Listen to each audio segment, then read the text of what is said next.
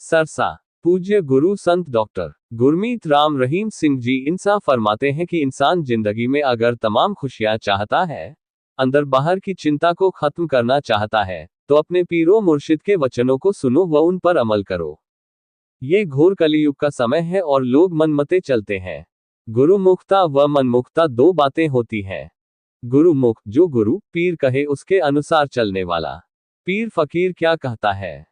पीर फकीर कहते हैं, इंसानियत की सेवा करो, मानवता की सेवा करो, तन से, मन से व धन से। तन से यानी शरीर से की गई सेवा परमार्थ होता है। धन, साथ संगत, दीन दुखियों की मदद के लिए पैसा खर्च करती है और रूहानी मजलिस व रूहानी सत्संग सुनना मन की सेवा है। इस प्रकार इन्हें तन मन धन की सेवा कहा जाता है। मन की सेवा मुश्किल सेवा है, मजलिस में बैठकर भी लोग चुगली निंदा करते हैं। आप जी फरमाते हैं कि रूहानी मजलिस के दौरान जो भजन शब्द चल रहे होते हैं, वो संतों के वचन होते हैं। इसलिए उन वचनों को ध्यान से सुना करो और चुगली निंदा न किया करो। चुगली निंदा से कुछ भी हासिल नहीं होता। अगर सुमिरन नहीं कर पाते तो संत पीर फकीर के वचनों को सुनकर उन पर अमल करो तो भी जिंदगी खुशियों से महक उठती है। पर आज का कलयुगी इंसान मानता नहीं, तन मन धन से सेवा नहीं करता।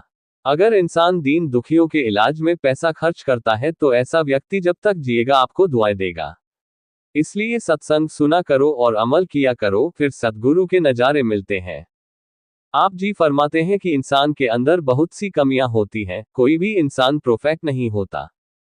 इसलिए जो भी आपके अंदर कमियां हैं, उन्हें दूर करते चलो, सेवा के द्वारा, सुमिरन के द्वारा।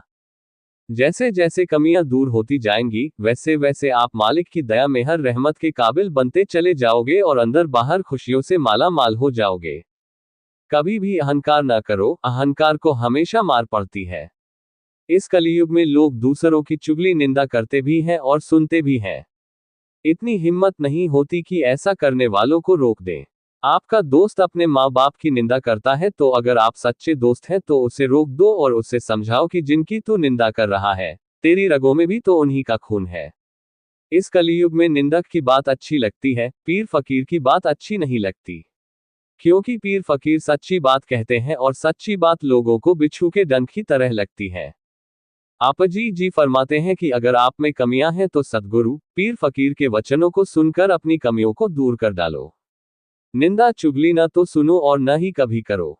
चाहे वो आपका माँ बाप, बहन, भाई, मित्र, दोस्त कोई भी हो, अगर चुगली निंदा करता है तो उसे चुप करवा दो। अगर न रुके तो उठकर साइड में हो जाओ, सुनो नहीं। फिर हैं आप सच्चे भगत। लेकिन अगर आप चस्के ले लेकर सुनते हो और पीर फकीर से ज्यादा आप दूसरों पर यकीन करते हो तो फिर समझो आपका बुरा समय आने वाला है। क्योंकि जब बुरा होता है तो पता नहीं काल किस रूप में आ जाता है और वो आपका भाई बनकर, बहन बनकर, पिता बनकर, पुत्र बनकर, दोस्त मित्र बनकर आपको गुमराह करने के लिए भगवान के रास्ते से हटाने की कोशिश करता है। इसलिए ऐसे लोगों से सावधान रहो। पूज्य गुरु जी फरमाते हैं कि पीर फकीर बुरा बोलना तो क्या, किसी का बुरा सोचते तक भी नहीं है। अगर संत कुछ कह भी देते हैं तो कबीर जी ने कहा है, संतों का गुस्सा भी दाती होता है और दुनियादारी का प्यार भी घाती होता है। इसलिए पीर फकीर पर दृढ़ यकीन रखो, सेवा सुमिरन करो। किसी के कहने से सेवा से न रुको, सुमिरन करना बंद न करो, क्योंकि इससे आपका नुकसान होगा। इसलिए सेवा सुमिरन करते रहो, उसका फल आपको जरूर मिलेगा, आपकी औलाद को मिलेगा, आपकी कुलों को मिलेगा। इसलिए वचनों पर अमल करते हुए सेवा सुमिरन करते रहो तो मालिक झोलियां भरते रहेंगे।